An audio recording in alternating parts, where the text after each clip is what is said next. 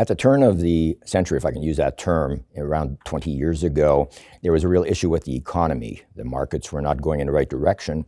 We were with a very large firm represented by one person for us, and we had no other contact information. And what we didn't know at the time is that he was going through some real personal problems, and consequently, we were not able to get information from him. He wasn't returning phone calls and so forth. We had lost about 35% of our net worth, so obviously we were concerned. We called the institution, and we're not getting anywhere. So it took about 2 months of no conversation whatsoever, and we were panicking. So it was time to make a move.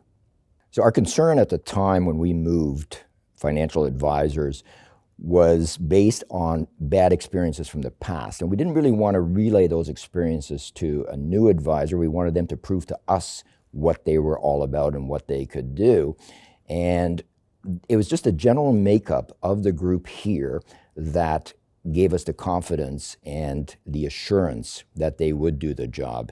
The fact of small things like, for example, answering the phone live, no voicemail, giving access to the entire team, giving us telephone numbers so that if our advisor was not available, there were other people we could call. Our questions were being answered, and that was the biggest problem that we faced before. I understand the economy is driven by the markets, and it doesn't matter who the financial firm is, they're not going to change the markets, but it's the way and how they deal with people that really impressed us, and that's why we're still here 20 years later.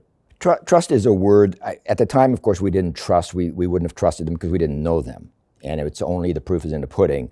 And over time, you develop a relationship. And I think it's anything that you embark on that's new and different. You don't have the trust, the confidence, the know-how. You base it on facts that you can gather. Part of it is gut feel based on those facts. And then you make a decision. And what we did do is we decided that we would not make this a permanent long-term relationship until it was proven. So we were very, very close to monitoring everything for the first 6-7 months to make sure that we were being looked after the way we wanted to. The concern that people have is that we get one kick at this can. I only have one batch of money. You folks have many clients, but I only have one. So it's very near and dear to me. So it's important, and we monitored it very closely. The biggest difference was immediately visible between these folks and our previous advisors.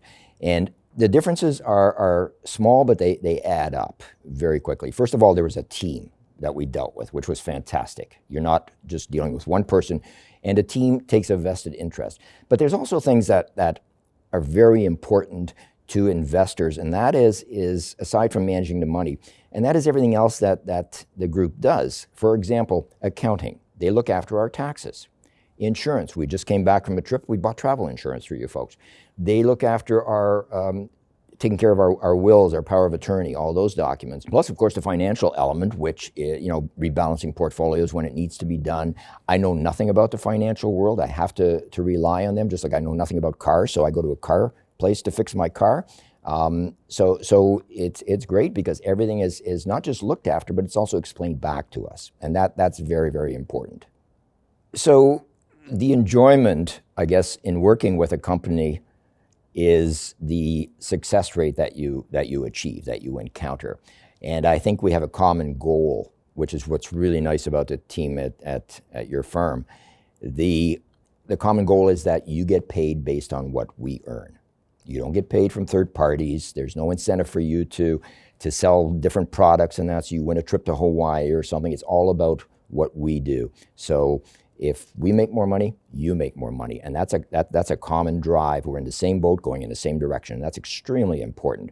The side things that the firm does is they have great events. They actually have no problem in clients communicating with each other. I know a lot of places don't like that because somebody might be getting a different deal from someone else. Here, they have events where people get together. There's a lunch and learn that takes place every other month where you meet new speakers, and they're not always financially related. Sometimes they deal with travel. Sometimes they deal with things that are just home-based and that. And it's a great opportunity to meet people who have one common goal, and that's the investment, but it takes it to the next notch, the next level. And that is one of the things that we really enjoy about dealing with your firm. One of the benefits that we find is that you folks have embraced social media. Now, it's not fair to compare that to previous advisors because there was no social media then. But now there's a weekly podcast. And it's not a long one. It's like 12, 13 minutes. And it's very informative. It's really, really current with whatever's going on, which is great. We listen to that religiously. You have videos that you put out on a regular basis explaining things that people would have questions about. You have newsletters that come out. You also have some pretty top-notch advisors who know the business.